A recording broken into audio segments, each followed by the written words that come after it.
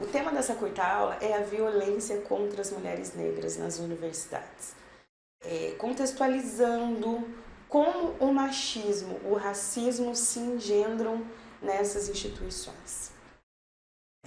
Isso acontece por conta das diversas violências. Então a gente vai trazer, e tecer algumas reflexões para buscarmos pensar a superação desse problema.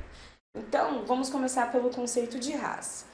Raça pode ser pensado sobre várias lentes. Os dados mostram as diversas violências cometidas contra a população negra nesse país. Esse termo ele foi criado para explorar, criminalizar, matar um grupo exatamente pelas características. As estatísticas mostram que algumas raças, etnias, como é o caso dos indígenas, da população negra no Brasil, que esses grupos não brancos, considerados não brancos, são os mais discriminados. Ou seja, o conceito de raça ele foi utilizado, pensado exatamente para classificar um grupo pelas características. No caso da raça negra, o mais evidente são os traços fenotípicos. A cor da pele, o formato do rosto, do nariz, os traços do cabelo. Então, esses traços fenotipos que caracterizam o que é o padrão normativo da sociedade, A Constituição Federal, a nossa Carta Magna, diz que todos são iguais em garantias de direitos, em acessos, enfim, direitos humanos e sociais, mas isso é um mito que reforça a necessidade de falarmos ainda mais sobre isso, pois tem um grupo com menos acesso. Então, se tem um grupo com menos acesso, ele não é igualitário. O Mariano Fernandes Anguita, ele já dizia desde 1986, lá na Roma Arcaica, que os meninos já acompanhavam desde cedo o pai no trabalho da terra, no foro ou na guerra, e as filhas permaneciam junto à mãe, ajudando nas tarefas domésticas, no serviço da casa. Mas aí, com a criação das instituições de ensino, as mulheres passaram, aos poucos, a acessar esses espaços também, mas nunca de forma igualitária. A Londa Chimbri, ela vai dizer que nos últimos séculos as mulheres foram subrepresentadas, principalmente nas universidades. Então foi a partir das lutas feministas, onde as mulheres tornaram-se sujeitas à sua própria história, que isso vem se modificando. O movimento de mulheres negras ele também passou a discutir, a partir dos anos 60, 70, algumas pautas das mulheres negras, porque elas não eram contempladas pelo movimento branco hegemônico das mulheres brancas, que tinham lá várias particularidades e dividido também em várias vertentes, os movimentos.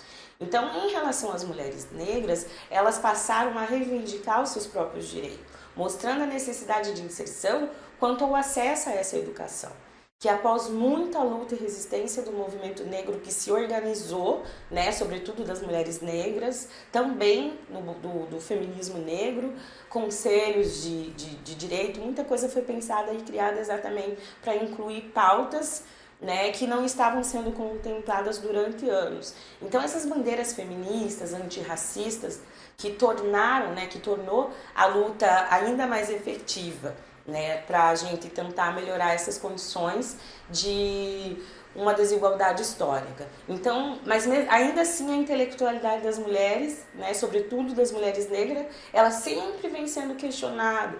Os estudos de gênero têm sido cada vez mais discutidos e eficazes, para o processo das mulheres, para que mais mulheres adentrem às universidades, que se tornem cientistas. Então, nesse sentido, isso explica por causa do racismo estrutural, a violência contra as mulheres nas universidades elas ocorrem. Tem a questão de gênero agravada por conta da questão de raça. Então as mulheres ainda são estereotipadas, sofrem diversas violências, mas se organizam e se solidarizam, e se assumem em toda a sua diversidade, ocupando os mais diversos espaços na sociedade, seja na educação, no trabalho e na vida. A gente tem conseguido garantir esses espaços, mas ainda assim não é fácil.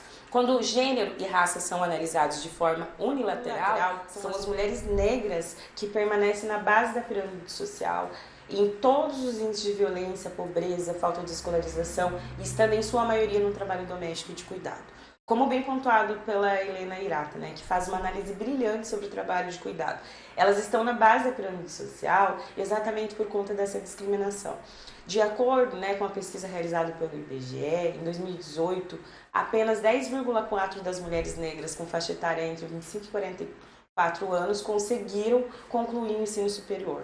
Na pós-graduação, esses dados ainda são mais alarmantes. Em pesquisas realizadas pelo IPEA, né, que é o Instituto de Pesquisas Educacionais Anísio Teixeira, INEP, o percentual de mulheres negras ou pardas com doutorado e que são professoras é inferior a 3%. Então, o Conselho Nacional de Desenvolvimento Científico e Tecnológico, né, o CNPq, em 2015, para eles apenas 7% das bolsas de produtividade eram destinadas às mulheres negras. Então, essa realidade aponta para as profundas desigualdades raciais e de gênero no Brasil e desperta para a necessidade de políticas que viabilizem oportunidades de acesso à educação. Para as mulheres negras, como já falado, após séculos desse triste período, que foi o período colonial, a população negra ainda hoje, né, vive em condições de desigualdade de acesso, seja na educação e em vários, né, setores da vida, no mercado de trabalho. Então, a Beatriz Nascimento ela vai dizer, ela chama a atenção para falar do fato da população negra e das mulheres negras não acessar ou acessar minimamente o sistema de ensino, associada direta ou indiretamente, né, com o processo de atraso da modernização do nosso país. Então, até mesmo as teorias clássicas das ciências sociais, elas não abordavam questões de gênero e étnico-raciais, o que passou a ser debatido com mais intensidade no Brasil apenas nas últimas décadas. Então, com a implementação das políticas afirmativas, né, que é a lei de cotas, que reserva aos pretos e pardos, indígenas, né, o direito à educação, essa lei trouxe de forma necessária, né, chama a atenção para o acesso para o ingresso desses grupos na universidade e possibilitou que os demais grupos excluídos historicamente pudessem garantir o direito à educação. Então, de acordo com a Beatriz Nascimento, né, nas últimas 3 décadas, entre 1940, 50, 70, a partir daí, né, registraram que a mulher branca conseguiu maior acesso ao curso superior, diminuindo proporcionalmente a desigualdade entre ela e o homem branco. A realidade já não é a mesma população negra, menos ainda para a mulher negra. Como a educação é um requisito para o acesso às melhorias nas condições de trabalho, a gente deduz que negros e as mulheres brancas não estariam capacitados para assumir os empregos de maior status, né, pelo gênero, e nesse contexto as mulheres negras, né, as menores condições exatamente por ser mulher e negra. Então a autora ainda diz que a mulher negra ainda permanece ocupando, em sua maioria, os espaços de trabalho mais precarizados, sobretudo esse de trabalho, o doméstico e o cuidado. Então, em 2022, as mulheres negras eram 65% das trabalhadoras domésticas do país, a maioria recebendo menos que um salário mínimo nacional, sem carteira assinada, mesmo ocupando as funções, perdendo até as mesmas funções, né? Perdendo até mesmo para os homens negros. Então, as mulheres representam mais de 90% das pessoas ocupadas no trabalho doméstico no Brasil, as negras, das quais 65% são negras, né? E a maioria acima dos 40 anos. Isso diz o Diese, né? Então, um ponto importante é que mesmo quando as mulheres negras alcançam a qualificação profissional, conseguem concluir a graduação, o ensino superior, ainda assim a sua intelectualidade é questionada e são consideradas inferiores. Então, o histórico de cientistas negras em qualquer lugar do mundo revela que são profissionais que são julgadas mais por suas características fenotípicas, identitárias, do que pelo próprio trabalho científico. Né, que por mais que consiga produzir, os episódios de racismo não cessam com a sua ascensão. Então, quando falamos em direitos humanos, podemos pensar por diversas perspectivas, né? Pois são direitos que devem ser todos de forma igualitária. Apesar desses avanços que nós tivemos, quando pensamos nas políticas afirmativas, né, que possibilitou que as pessoas negras adentrassem as universidades, as instituições não estavam preparadas para receber esses estudantes das camadas populares, ou seja, da classe mais pobre no Brasil, exatamente pelo racismo e pelo machismo estrutural, né? Que daí a opressão, quando as pessoas pretas faz parte dessa estrutura institucional.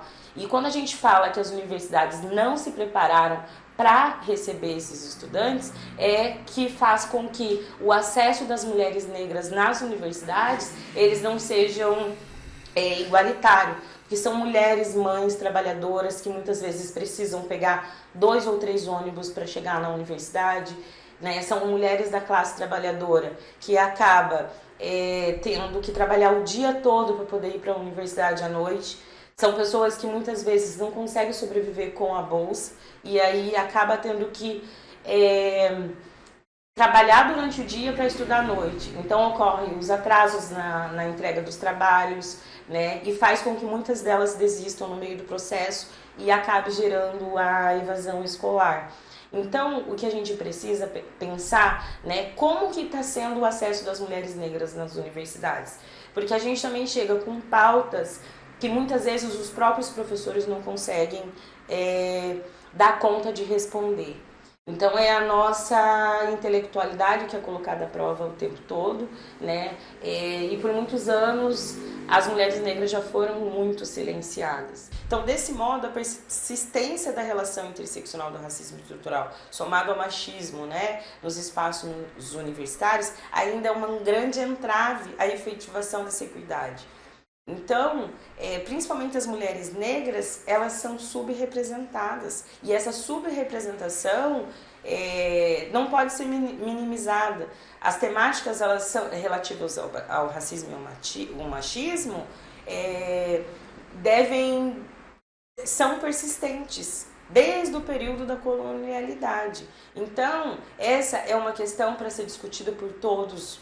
É uma responsabilidade de todos, que é o combate ao racismo, para a plena efetivação das conquistas referentes ao conhecimento e o reconhecimento e a valorização deste grupo, né? Que são grupos historicamente descriminalizados, explorados, né? Então isso indica um ciclo que precisa ser revertido e melhorado, né? Com possibilidades de acesso, aceitação, principalmente dos temas que são discutidos. Então, essas múltiplas dimensões justifica, né, esse estudo, essa aula, a ideia de falar sobre a inclusão, porque nós temos muito a avançar. Então, nós precisamos, né, por nós, pelas que vieram antes de nós, onde a ancestralidade pulsa quando a gente pensa que os nossos passos vêm de longe. E os passos até aqui trilhados reforçam a ideia de resistência e revolução. Compromisso e luta de mulheres como Lélia Gonzalez, Beatriz Nascimento, Luísa Marim, Dandaras e tantas outras que acolhem e ampliam as lutas, mostrando possibilidades de sermos o que quisermos ser, né? Então, que todas as pessoas dentro da universidade, a gente precisa enegrecer esses espaços para que cada vez mais esses acessos sejam igualitários, né? Que a população negra possa, de fato, estar inserida com qualidade no espaço, sem preconceito e discriminação, né? Que as diferenças que as pessoas têm não sejam interrompidas por conta da questão de gênero e do racismo, né? Precisamos melhorar e ampliar cada vez mais esses espaços de discussões e para que as pessoas desistam cada vez menos de concluir ensino superior, exatamente porque não teve uma pessoa para orientar o tema, né? Ou porque se decepcionou com alguém ou com alguma coisa que ouviu. Então a gente precisa continuar falando sobre isso. Muito obrigada.